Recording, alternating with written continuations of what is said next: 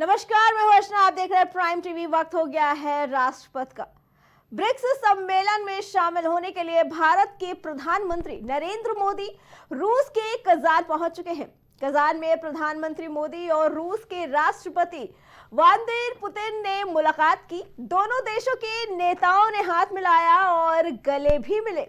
प्रधानमंत्री नरेंद्र मोदी के साथ द्विपक्षीय बैठक में रूसी राष्ट्रपति व्लादिमीर पुतिन ने कहा, इंटर गवर्नमेंटल कमीशन की अगली बैठक 12 दिसंबर को नई दिल्ली में होने वाली है।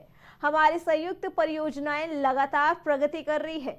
आपने कजान में भारतीय वाणिज्य दूतावास खोलने का फैसला किया, हम इसका स्वागत करते हैं। प्रधानमंत्री मोदी ने पिछले 1 साल से ब्रिक्स का नेतृत्व करने के लिए रूस को बधाई दी। उन्होंने कहा कि पिछले 15 सालों में ब्रिक्स ने अपनी छाप छोड़ी है। मैं कल ब्रिक्स शिखर सम्मेलन में भाग लेने के लिए उत्सुक हूं। रूस और यूक्रेन संघर्ष के दौरान मैं और राष्ट्रपति पुतिन लगातार संपर्क में रह रहे हैं। भारत मानता है कि संघर्ष का समाधान शांतिपूर्ण होना चाहिए। इस संबंध में भारत हर तरह का सहयोग देने के लिए तैयार है।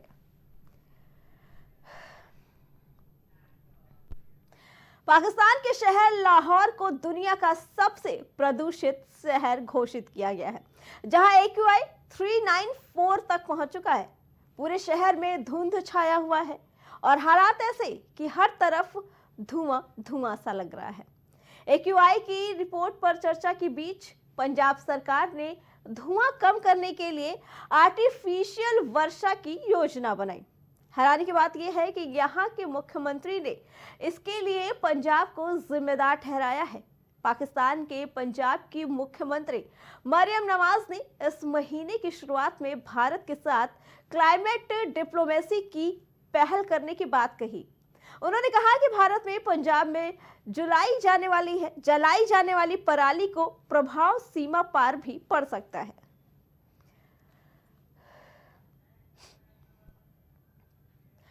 महाराष्ट्र में विधानसभा चुनाव का बिगुल बज चुका है। यहां 288 विधान सीटों पर 20 नवंबर को चुनाव होना है। चुनाव से पहले सभी दलों के नेता और कार्यकर्ता प्रचार अभियान में जुट गए हैं। इस बीच मुंबई की सड़कों पर सीएम योगी के बैनर देखे गए। इन बैनर्स पर सीएम योगी आदित्यनाथ की तस्वीर के साथ स्लोगन भी लिखा हुआ है। स्लोगन में लिखा हुआ है, बटेंगे तो कटेंगे। वहीं मुंबई में लगे इन बैनर्स को लेकर बीजेपी नेता मुख्तार अब्बास नकवी ने कहा, इसका संबंध आजादी के समय हुए बंटवारे से है।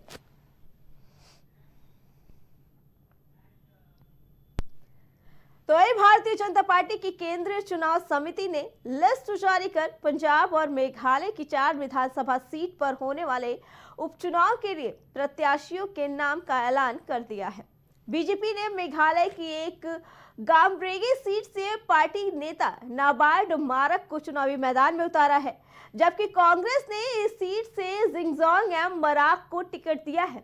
पंजाब की डेरा बाबा नानक से सरदार रवि किरण कहलो, गिद्देरबाहा से सरदार मनप्रीत बादल और बरनाला सीट पर सरदार केवल सिंह ढिल्लों पर दांव लगाया है। बता दें कि भारत निर्वाचन आयोग ने बीते दिनों घोषणा की कि मेघालय में गामब्रेगी विधानसभा क्षेत्र के लिए उपचुनाव 13 नवंबर को होगा और नतीजे 23 नवंबर को घोषित किए जाएंगे।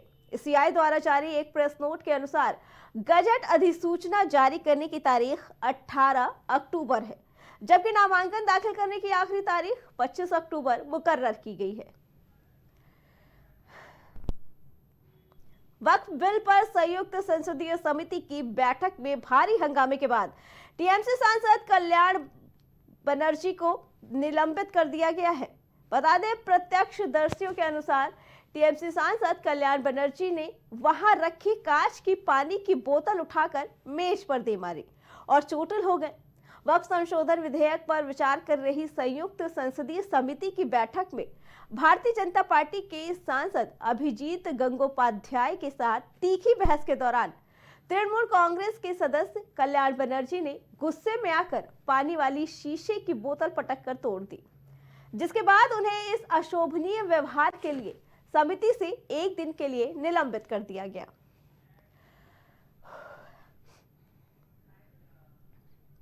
उत्तर प्रदेश के बहराइच में बीते दिनों हुई सांप्रदायिक हिंसा के मुद्दे पर समाजवादी पार्टी के अध्यक्ष अखिलेश यादव ने भाजपा पर जमकर निशाना साधा।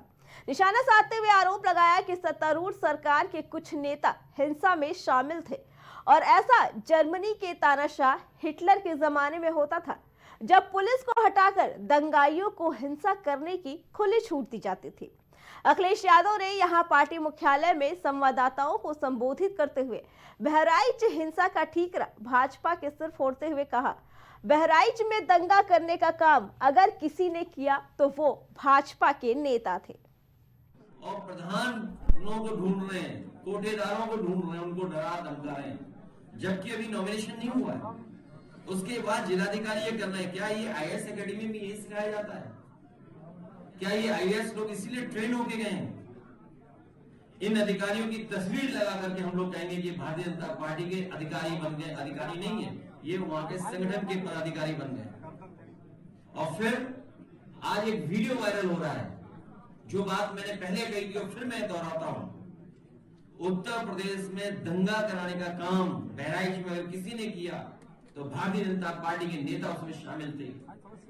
उनके विधायक अपनी ही पार्टी के कार्यकर्ताओं पे एफआईआर दर्ज करा रहे हैं और क्या उसमें धाराएं लगवा रहे हैं कि इन्होंने षड्यंत्र किया और दंगा करवाया है। और जो एक वीडियो वायरल हो रहा है जिसमें मैं बधाई देना चाहता हूं पत्रकार को। ये जो आप बुलडोजर की कार्रवाई कर रहे हैं, उस कार्रवाई को भी तोड़ मरोड़ करके पेश किया जा रहा है। कहा यह जा रहा है कि अब्दुल हमीद का घर गिराने के लिए कार्रवाई की जा रही है।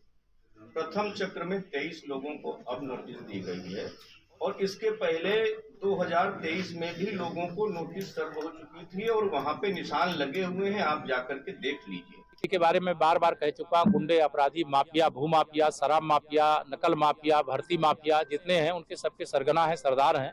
और वो भारतीय जनता पार्टी के बारे में जब कुछ बोलते हैं तो लगता है उनको अपना इतिहास, अपना शासनकाल याद उन्हें नहीं आता है, अपने दल का आचरण याद नहीं आता है।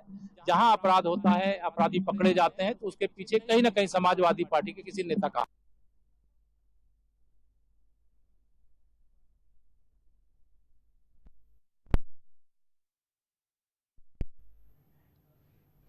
उत्तर प्रदेश के अयोध्या में दिवाली पर भव्य आयोजन होगा। सरयू नदी के किनारे लाखों मिट्टी के दिए जलाकर रोशनी की झील बनाई जाएगी।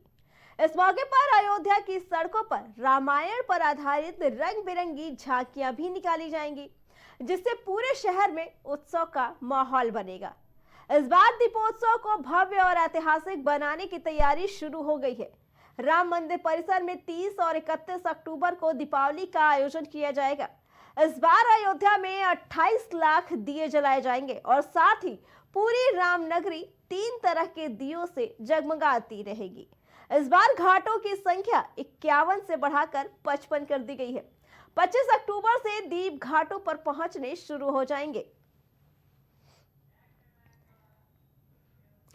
देश भर में कई केंद्रीय रिजर्व पुलिस बल स्कूलों को बम की झूठी धमकी मिल रही है। इनमें से 2 दिल्ली में और 1 हैदराबाद में। सूत्रों के अनुसार ये धमकी सोमवार देर रात इन स्कूलों के प्रबंधन को भेजे गए एक ईमेल के जरिए ये धमकी दी गई। इनमें से 2 स्कूल दिल्ली में स्थित है और 1 हैदराबाद में। बता दें कि पिछले दिनों दिल्ली के रोहिणी इलाके में सीआरपीएफ स्कूल के पास धमाका हुआ था। अब राजधानी के अलावा देश के कुछ स्कूलों को भी धमाके की खबरें मिले हैं। मध्य प्रदेश सरकार की चर्चित आईएएस अधिकारी शैलबाला मार्टिन एक बार फिर अपने बयान को लेकर सुर्खियों में है। शैलबाला मार्टिन ने सोशल मीडिया प्लेटफॉर्म एक्स पर मंदिरों में लगे लाउड स्पीकर को लेकर सवाल उठाए हैं, जिसके बाद विवाद शुरू हो गया। हिंदू संगठनों ने बयान का विरोध किया तो वहीं कांग्रेस ने इसे वाजिब सवाल बताया। दरअसल शैलबाला मार्टिन ने अपने एक्स पर लिखा कि मंदिरों पर लगे लाउड स्पीकर कई गलियों दूर तक स्पीकर के जरिए ध्वनि प्रदूषण फैलाते हैं। वहीं एमपी की आईएएस शैलबाला मार्टिन के बयान पर अयोध्या के संतों ने आपत्ति जताई। हनुमानगढ़ी के महंत राजूदास ने कहा, मस्जिदों से 5 वक्त आवाज आती है, उस पर चुप क्यों है वो। राजूदास ने कहा कि शैलबाला मस्जिदों और आतंकियों की एजेंट है। और बालाजी की वेब सीरीज गंदी बात सीरीज को लेकर मशहूर प्रोड्यूसर एकता कपूर की मुश्किलें बढ़ती नजर आ रही हैं। पॉक्सो एक्ट मामले में बता दें कि मुंबई पुलिस ने एकता कपूर और उनकी मां का बयान दर्ज कर लिया, साथ ही उन्हें फिर से तलब भी किया। केस दर्ज करने के बाद अब मुंबई पुलिस ने एकता कपूर और शोभा कपूर के खिलाफ पॉक्सो मामले में उनका बयान दर्ज किया है। साथ ही उन्हें मामले में पूछताछ के लिए 24 अक्टूबर को फिर से तलब किया गया।